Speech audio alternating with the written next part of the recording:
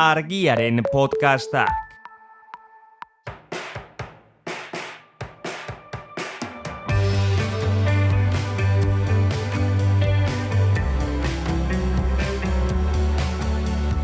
Menda Bikoitza, Garbiñelarrearen podcasta.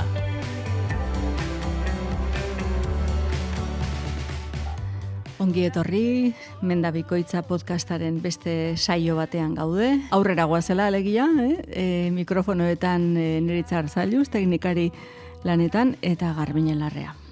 Kaixo Garbine eta kaixo entzulei ere. Hori don. Bueno, gaurko hontan, sendabelar bat ekarriko dinagu belarkara berdea, behintzat, Aurrekotan izpilikua zaritu gintunan, bi saio dela, eta askotan hartzen dizkinagu protagonistatzat familia botaniko honetakoa. Gure podcastaren izena ere Menda Bikoitza dun, eta Menda bera ere labia da familiako landare badu, lamiazea, orduan, pixkanaka ari gaitun sakontzen familia botaniko honetako landare sendabelarra ezberdinetan. Eta gaurkoan, baita ere ia monografiko gisa hartuko dinagu, salbia zitzeingo dugu. Azken aldean monografiko asko, ez?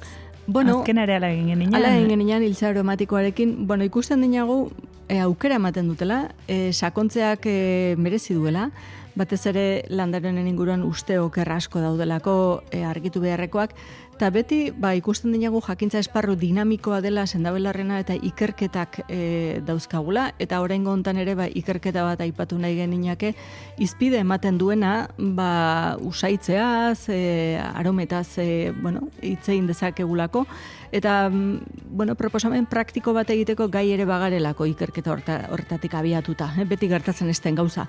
Orduan, salbiaren inguruan luze zabal, sakon, gaurkoan hori proposamena hori izango duen.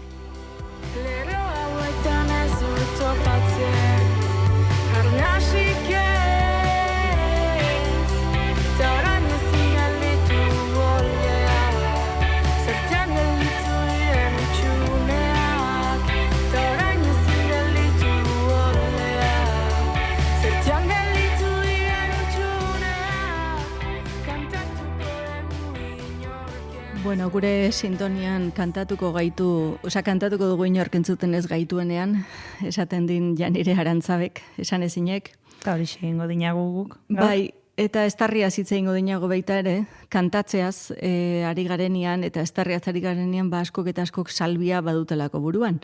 Orduan, salbiaren erabilera anitzetaz aritu behar dinagu, baina, gaur erabileretara jeitsi baino lehen edo hortara iritsi baino lehen ikerketa bat ekarri dinagu, izpide eman digulako landare hau hautatzeko.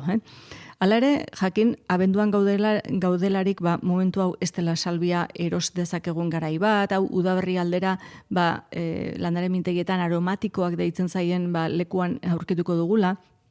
Eta baita ere esan gu hemen salbia ofizinaliz buruzariko garela hizketan, naizta beste barietate batzuk ere baditugun aukeran, eta horietaz ere zerbait esango dugun. Orduan, ikerketak ere salbia ofizinaliz hartu din, eta hau, ikerketa kliniko oso interesgarria dun, eta berriro ere, ikerketa honen inguruan monografiko bat zeukanagu, PubMeden argitaratu dena. Ikerketa honek ekartzen duena bereziki bi ardatz o bi elementu batek emantzigun guri arreta honek, ez? Deigarria niri egintzaidan oso, batetik ikertu dena usaitzea delako, ez delako barne erabilerarik, ez da ere aplikazio topikorik, hau da ez da edaten infusiorik, ez da azalean ematen, usaitu besterik ez da nahita esaten dinat komatxo artean, hau besterik ez da egiten, hori dun ikertutakoa, olako ikerketak ez ditun asko, usaimenaren bidez gertatzen diren aldaketak, eta gero, ikertu den eremua delako emakumea, emakumeak nagusi diren ikerketak ere ez ditun gehiengoa. Eta gai honekin are gutxiago. Gai honekin gutxiago. Eta justu postmenopausian dauden emakumeak. Orduan, hau jadun, arrarotasun mailan oso arraro den ikerketa, eta horregatik aipatu nahi dinagu. Ez gaitun menopausia zari beraz, ari gaitun, behin menopausia pasatak geroko bizitzaz badagoelako. Hori dun. Ikusten dinagu, ia marketing gai bihurtu dela, gaur egunean menopausia, baina menopausia ondorenean postmenopausiaz apenas inork hitz egiten duen, ez? Eta bazirudin, behin menopausia pasata, emakume hauek menopausian ikusezinago baldin badia, gero zer esanik ez. Hor zartzaroa zeagon, eta gizarte honek ikusi nahi ez duen gauz bat baldin badun, hori zartzaroa dun. Orduan, posmenopausia izantea zeagon, 65ekin, 70ekin, baina 80ekin. Eta, hor baizitzako adin gara, edain sasoi oso luzea izan litekena, askorentzat akaso bere biziaren erdila. Posmenopausia horretan, emakumeen ikerketa honek aztertu du edo behatu duena dun, justu funtzio sexuala, eta funtzio sexual horrek sortzen duen satisfazioa. Eta iruditzen zaiun, zartzaroa esatea eta sexua esatea, beste tabuetan arutza joatea dela. Ez, menopausia bera tabua bali madun, hau urrats batarago joatea dun. Eta menopausian gehienez, libidoa zitzen duen, baina menopausiako sexualidad eta satisfazioaz ez duen asko hitz egiten. Satisfazioa hori duen agian, ez? Bitzak dituen importanteak. Eta hemen ikerketaren izenburua aipatuko dinat, eta Iranen egindako ikerketa bat, bide batez esan nahi dinat, ditun, salvia officinalisen esentziaren efektuak posmenopausian dauden emakumeetan, eta efektu horiek bere funtzio eta satisfakzio sexualean. Zer ondorio dituen. Eta ipiniko dinagu, jakimina duenarentzat, erreferentzia gero, PubMedekoa zein den. Publikazio medikoen atari batek ekarri din albiste hau. Zer den ikerketan ikusten dena? Askotan, hormonaterapia jasotzen duten emakumeak daudela, eta hormonaterapia horiekin, galera ezberdin, maila ezberdinetako galerak daudela, baina funtzio sexualean eta horrek sortzen duen satisfakzioan gertatzen dela. Ez naiz da askotan funtzio sexuala egon ez duen satisfazio maila altukoa. Bizian, norberaren bizian ze eragin duen honek ere, bizi kalidadean hori ere ikerketak jaso egiten din. Orduan, Iranen egindako ikerketa honetan, nahi aipatu nahi dinaz, baten batek metodologia aipatu nahi dinat, ikerketarena, etxean egin nahiko balu, hau proposamen praktiko ere izan daitekelako. Ez dinat albistea ekarri nahi, albistea aipatze hutsez. Salvia officinalesen olio esentziala behar din. Olio esentzial hori izan dadila albaldin bada barne erabilerako gradua duena, hau da bez edo bere ibari begiratu behar zion, edo horrek 10% izan beharko liken. Kanpo erabilerako edo erabilera kosmetikoa deitzen zaion hori, 21% bez edo iba duena, hemen hegoaldea zari nau, iparraldean okerrez banatxion 10 dun barne erabilera edo barkatu, barnekoa, seguru utzat jotzen dena, eta kosmetikoa edo kanpo erabilerako 20 barkatu okerrez banatxion, eta hemen 21. Beza dun garrantzitsua, erosterakoan irizpide hori jakinen behar dinagun eretzat. Ari garelako edo produktu seguru bate aukeratzen edo sintetikoa izan liteken bestelako zerbait erosten, nik ez nukena erosiko eta ez nukena utziko ere existitzen merkatuan. Ja guzak garbi esan da. Eta gero, espadun ekologikoa, jakin behar duen, landare hau fumigatua dela ia ziur, eta agrotoxiko horiek bereziki konzentratuta duela olio esentzial horretan. Orduan, ekologikoa espada bereziki toksikoa arriskutsutzat jo behar dinagu. Beraz, bezi gabekoa eta ekologikoa. Beza beti, baina 10% beza. 10% beza eta ekologikoa. Hortik abiatuko gaitun. Eta salvia officinalis, ez beste bat, ez salvia esklarea, ez beste varietate bat. Orduan, ikerketa horrekin egin duen, hori hautatu dinate. Orduan, bi tanta, usaitzea inhalazioa bidez. Eta bi tanta jartzen ditun kartoierako papertxo batian. Guri lurrin denda batian, emate diguten tester edo probatzaile hauetako batian. Orduan, egunean 2 aldiz usaitzea, 5 egun jarraian, eta 6 astetan. Orduan, jo dezagun astelenetik ostiralera, 6 aste, hilabete terdian, goizean eta iluntzean usaitza 2 tanta. Hori dun ikerketa, Eta horrek ze ondorio dituen 6 aste hoietan zehar eta ondorenean emakumeen funtzio sexualean. Eta ikusten duen, nabarmen hobea dela, funtzio sexualaren satisfakzio maila, eta kontrol taldearekin egindako ikerketa duen. Orduan, bereziki, hau garrantzitsua duen, objektibagarriak diren elementuak hartzen dituztelako aintzat, emaitzak ere objektibagarriak izan direlako, Eta ez dagoelako barne erabilerarik eta erabilera topikorik edo azalekorik ere ez delako egin, usaitu bakarrik egin delako. Ze orain arte, podcast honetan ere, aipatu ditugun sendabelar guztiak aipatuta geron, uste dinat usaimenera mugatzen den erabilerarik ez dugula aipatu lehenengoa dela, ez? Usainduta bakarrik. Hori da. Eta hemen hori ateatzen zaigun usaituta bakarrik, usaituta besterik ez, oraindik ere sinisgo gorra gaitun. Txeikun iruditzen, bai, hori hortaraino dute da. Niri kostatzen, kontatu duen, baina kostatzen zaidan, bai, beti sortzaidan, usaindu eta horrek izango du eragina, ez da izango placebo esaten den hori, ez? Bai, baina hemen kontrol taldea erabili ezkero ikusten duen, ez dutela, ez?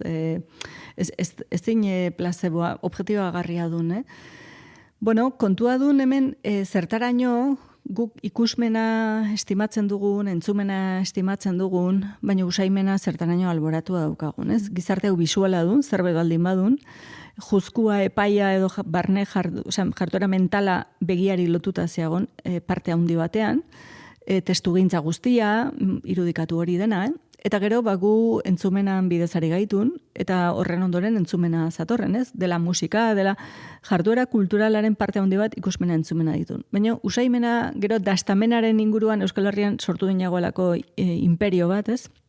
Sukaldarintzaren inguruan, zerbait sakratu baldin badun hori dun, ez? Hau gozagarriak eta hau zaporea atsegin ematea, baina usaimena zeukan hau oso alboratua. Tetzakin hau, adibidez, zaporeen dastamenaren portzentai handi bat usaimena dela.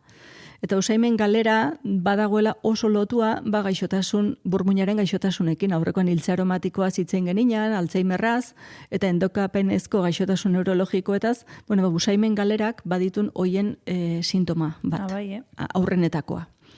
Orduan, usaimena zertarainoko potentziala duen elementua den, oraindik ez dagon nire ustez gizartean behar bezala edatua edo zabaldua.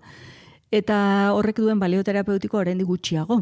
Iruditzen zaigun hau badela animaliekin konpartitzen dugun zerbait, eta hemen aurreritzi asko zeuzkanago baigure burmuin reptiliarrak jasotzen duen zerbait duen burmuinik zaharrenak, eta iruditzen zaigun hau badela, ez duen usaimenaren inguruan konversazio luze bat emateko ez duen gaia. Naizta badauden pertsonak bereziki sentiberak direnak eta izugarrik gozatzen dutenak eta haientzat oso garrantzitsua duen usaimenaren inguruko lanketa. Baina horrere usai txarretaz ari gaitun gehiago, usai honetaz baino, eta gero esan gizarte honetan marketing elementu gisa gu ez garela bat ere jakitun zertaraino usaimenak industriak erabiltzen dituen gure usaimenan bidez saltzeko. Eta ez nagunari perfumetaz bakarrik. Ez ezaguna den esparru badun. Orduan, nik hemen aipatu nahi niken ikerketa honek usaitzea aipatzen din bitan, eta usaitzea inhalazioa zari dun, egunean bialdiz, ez du ikaragarria, berez, Ez dun denbora asko. Ez dun, batek etxean egin nahi izatera, hori ez dun. Orduan, nik hemen aipatu nahi niken, eta horrengo batean sakonago landuko dinagu, badela usaiketa meditatibo bat. Eta norbaitek egin nahi badu usaiketa meditatibo, motxean aipatuko dinat, baina horrengo batean sakontzeko ariketak ekarriko dizkinagu. Hau, COVID garaian, eta ondorenean, anosmia edo anosmia partzialarekin gelditu duen hainbat jende, neu izan indunan bat anosmia oso epeluzean izan nuen hau da, ezin usaitua. Eta oso apurka berreskuratzea usaimenaren funtzioa. Orduan, hor entrenamendu gisa izan ditunan hainbat proposamen, ez? Hoietako bat dun, Antonia Jober aromaterapeutak egiten duena, eta berak aipatzen dizkin usaiketa meditatiboak. Eta ditun, 15 minutuan jarraian usaitzea. Begiak itxita eta isiltasunean, Orduan, ondoan arkatza boligrafoa eta horri bat hartu, eta usain horrek sortzen dituen irudiak, sensazioak, evokazioak, gorputz sensazioak apuntatzen joatea dun, ez? Berak aurrenetako ariketa gisa laranja proposatzen zinon, laranja olio esentziala usaitzea, eta horrekin lotuta dauden bizipen, memoria, sensazioak bateratzen, apuntatzen joatea, eta gero taldean egiten unan, da gero bateraketa bat egiten unan. Niretza deigarria izan unan, 15 minutuan jarraian usaitzea, pentsatu nian, aspertu egingo naiz, 15 minutu, denbora asko da, honek badakitze usai duen. Laranja oso arrunta duen, oso ezaguna duen. Baina, bitxia unan, usaitzen joan ala, gauza ezberdinak usaitza ditunan.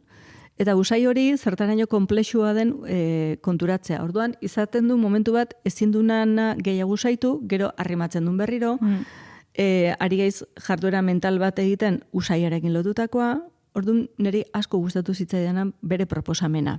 Gerora, adiez izpilikuaz ere hitzen geninean asko ez dela, izpilikuarekin egin geninean, usaiketa hau, orduan salbiarekin ere egitea zeukanagu alako usaiketa luze bat. Hemen komeni duen, familia botaniko ezberdineko landarak aurkitzea, usaiketa ezberdinak egitea, eta usaiketa meditatibo honen emaitzak beti erregistratzea. Eta hartarari gaitun zentzume bat entrenatzen, baina bitxia duen burmuina zertaraino ari garen entrenatzen baita ere. Oso polita proposamena, animatzen badun jendea probatzera. Bai, eta gero bereziki, gure entzulen artean izango dituen postmenopausian dauden emakumeak, hau da menopausia ondoreneko ziklo hortan sartu direnak, eta hauek egin dezatela, modu jarraikor batean, 6 astean, astean 5 egunean usaitu, egunean 2 aldiz, ez zertan usaiketa luzea izan, eta ikusi, bereien animoan, satisfazioan, eta sexualidadean zertarainoko ondorioak izan dituen horrek. Hori dun, bi proposamenak, batetik postmenopausiako ikerketa horri lotutakoa, eta bestetik norbaite probatu nahi badu usaimenarekin meditatzea zer den. Hori da. Saiatuko gaitun. Bai. Gere, ena unoso meditatzailea, baina egingo dinat. Alegintxoa eta kontatuko dinat. Beti kostatzen duen. Baina hau badun, guk begiarekin, elementu bati begira meditatu izan dinagu, edo gure arnasari erreparatuz, kasu honetan zeri erreparatzen diogu, usain bati. Menda bikoitza, 2 astelenean behin argia.eusen.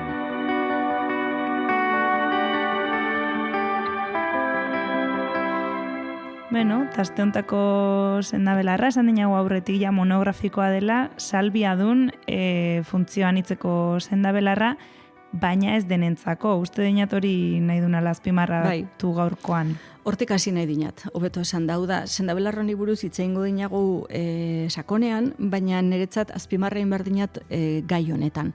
Justu, kontu zibili behar delako hainbat egoeratan. Eta kontu zionat, ez bildurren diskurso bat edatzeagatik, hau bat baino gehiagok izan zaidan, baina nik ez dinat sendabelarra liluratik ikusi nahi. Nahi dinat sendabelarrak duen guztiari begiratu, ez? Eta hori duen, berak egin dezakeena, bere potentziala, bere printzipio aktibo horiek zertarako diren onuragarriak, baina albo ondoriorik badu edo ondorio kaltegarririk zenbait pertsonentzat hori ere esan beharra zegoen. Eta hori duen landarea den guztiarekin aintzat hartzea eta ikustea zertarako erabili behar genuken modu seguru eta eraginkor batean. Orduan, ikusten dinagu, landare honek fitoestrogenoak dituela. Fito vegetala dun eta estrogenoa dun emakumeok gure ziklo hormonalean lehenengo fasean ovulatu bitarte gehien bat hor sortzen dugun hormona bat, ez? Gaur egunean estrogeno gehiegizkoa zeukanagu gehienok, honen arrazoiak anitzak ditun, bat kutsadura dun adibidez, baina kutsadura esaten dudanean kosmetikoetatik eratorri eta garbikarietatik eratortzen diren kutsagarri eta zari naun. Orduan eretzako elementu vegetala den beste estrogeno bat gorputzari ipintzea, gehitzea hor ez du nona. Hau da, baldin bat zeukagan nagu hilekoaren aurreko sindromea molestiekin, puztutasunarekin, fibromak, koaguloak, hau da, estrogeno gehiegizkoaren sintomatologia baitare aldi berean progesterona falta, ezin dinagu landera uolatola erabili. Hori, bizitza ugalkorraren urte gehienetan gertatzen baldin badun, hileko aurreko sindrome indartsua eta estrogeno gehiegizkoaren sintomatologia, landare honek hor etzeukan lekurik. Orduan, ni oso urduri jartzen indunan entzuten nuenean, salbia emakumearen landarea zela. Eta pentsatzen nian, baina ze landaren, ze emakume ez, eta ze momentutan, eta zen bat, hau da, zehaztu favorez. Orduan, ikusten dinagu, nerabeetan lehenengo hilekoak etortzen hasten dienean, hor baduela lekutxoren bat, nik alarez niken hor hartuko, hor estrogeno faltarik ez dagoelako. Estrogeno falta benetakoa menopausian zeukanagu. Eta lehen aipatu dinagun postmenopausian, estrogeno maila bortizki jeitsi ziteken. Orduan, hor oso beharrezkoa dun, gomendagarria, beharrezkoa eta onuragarria. Baina ikusten baldinagu familian emakumeen aldetik, hau da amaren ama, amaren aldeko izebak eta hor badirela ugaltze aparatuko minbiziak, hau da bularretakoa, ovariokoa, umetokikoa, nik ez niken landera hau erabiliko. Ez da menopausian, ez da postmenopausian ere. Iruditzen zaidalako estrogeno gehiegizkoak sor litzazketen gaitz hauek, minbizio hormonodependientek landare honen laguntzarik ez dutela behar. Badun kontuz ibiltzeko, kontuz baino... Ekiditekoa, garbi esan da. Kontuz baino dun, ez erabili. Ez erabili estrogeno gehiegi badago gorputzean eta aurrekariak baldin badago gure etxean, era hortako minbiziak izan baditugu, ez erabili landaro infusioan, ez erabili kosmetikan xaboi bat egingo niken, garbitzen da, urberritzen delako gero, baino ez emozionatu honekin. Eta olio esentziala aroma difusorean ipini, dudak zeuzkanat, hori etzia honik hartua. Eta gero jakin, estrogenoa emakumeongan nagusia edo gailentzen den hormona dela, gizonereke badutela, bere neurrian, eta hau hartzen ari baldin badira, bere eintzat desoreka hormonal bat eragingo duela. Orduan, nik ez niken horrere kontuz ibiliko ninduken, eta hori ez niken erabiliko. Eta gero esan beharraz egon salbia honek, berak dituela tuiona duen elementu bat dela. Olio esentzialak asko zeukan tuiona. Tuiona akumulatiboa duen. Orduan, oso gustagarria, baina 2 hilabetean tuiona pilatzen ari zaigun, tuionak burmuinean din eragina, eta hemen batzeagon ikerketa bat baino gehiago epilepsiaren inguruan egindakoa, tuionak dituzten landarek, nola epilepsia zirikatu dezaketen, epilepsia gertakariak ekar ditzaketen, ez? Orduan, pertsona hauek ezin dinat erabili salbiarik. Niretzat hori garrantzitsua duen, ez? Gero, ikusten dugu, aurdunaldia garai pakean gure esaten duen hormonek egin behar duten lan hori pakean egiten utzi behar zaiola eta kanpotik eskurik ez sartu, ez? Orduan hor ez neken erabiliko eta, elementu hauek jakinda gu ez bagaude salbuetxita erabildezakegu, baina hasi behar gaitun lehenengo erreparatzen ze egoeretan ezin den erabili. Nik uste aholku orokor bezala, ez, sendabelarren munduan ematen duela beti sendabelarra ona bada, izango da denuntzat, beti ona eta denerako. Naturala delako. Hori da, kontuan izatea, sendabelar guztiekin galdetzea, noiz bai eta noiz ez. Eta hemen, hau du justu divulgazio txarraren adibideiko onena. Divulgatzen delako emakumeontzat pagotxa balitz bezala, eta onena, eta eta ez dinat ukatuko, eta orain esango dinat zer egiteko gai den, baina eskeztun denontzat segurua. Eta hasi behar dinagu, eraginkortasunaz eta aplikazioetaz hitz egiten hasi baino lehen kasu honetan segurtasunaz hizketan. Badelako informazio bat, ez dena nabarmentzen, eta landarea liluratik ikusten badinagu asesoragarria dan, ari gaitun kalte egiten hainbat eta hainbati, eta hori oharkabean pasatzea zegonda, hori niretzat ez dun zilegi horrela jokatzea.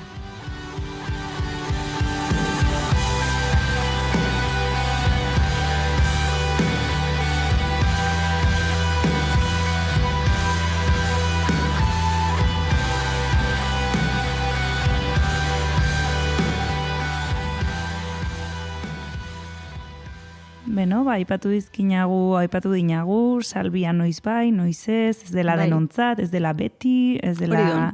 Orduan, segurua denean nola erabili, begira, honek funtzio ezberdina dizkin, eta bat badun noski egoera hortan dagoenarentzat, ez? Menopausian da postmenopausian. Orduan, ikusten duen sofokoentzat interesgarria dela, izerditzea handia dagoenean, izerditzea regulatzeko gai dun. Orduan, ondo etortzen zaigun. Izan ditu ohiturak ardo txuritan salbia beratu, bai, eren batean, botilaren erdia asko dun, laurden eta erdi artean, eren batean ipini salbia lehortu berri ardo txuritan hori hilabetean eukita, ardo txuri hori edan da izerdi erregulazioa nola hobetu duen, txekina zergatik ardo txuria, Infusioa baino eraginkorrago, por cierto. Ardo txuria? Izerdiaren hiperhidrosiaren tratamendurako. Begira. Bai, eta... orduan, netzat, gero, hasieratik, hasieran esan behar ninean, daztu intzaidan, etimologikoki ikusten duen salbia hau salbare aditzaren inguruan, salbaretik edo datorrela. Eta hau badun Palermoko Italian egon zen medikuntza eskola batean zegoen esaera bat, nolatan hiltzen da salbia bere baratzean edo bere hortuan duen gizona, ez? Eta alegia salbiak hilezkortasunaren sekretua izango balu bezala. Eta erantzuna zen eriotzaren zat sendabelarrik ez dagoelako. Bueno, horren moduko. Orduan, etimologiaz ikusten baldin badinagu, salbus, salbare hauekin lotura duela, sendabelar oso estimatua izan den seinale Europan hau.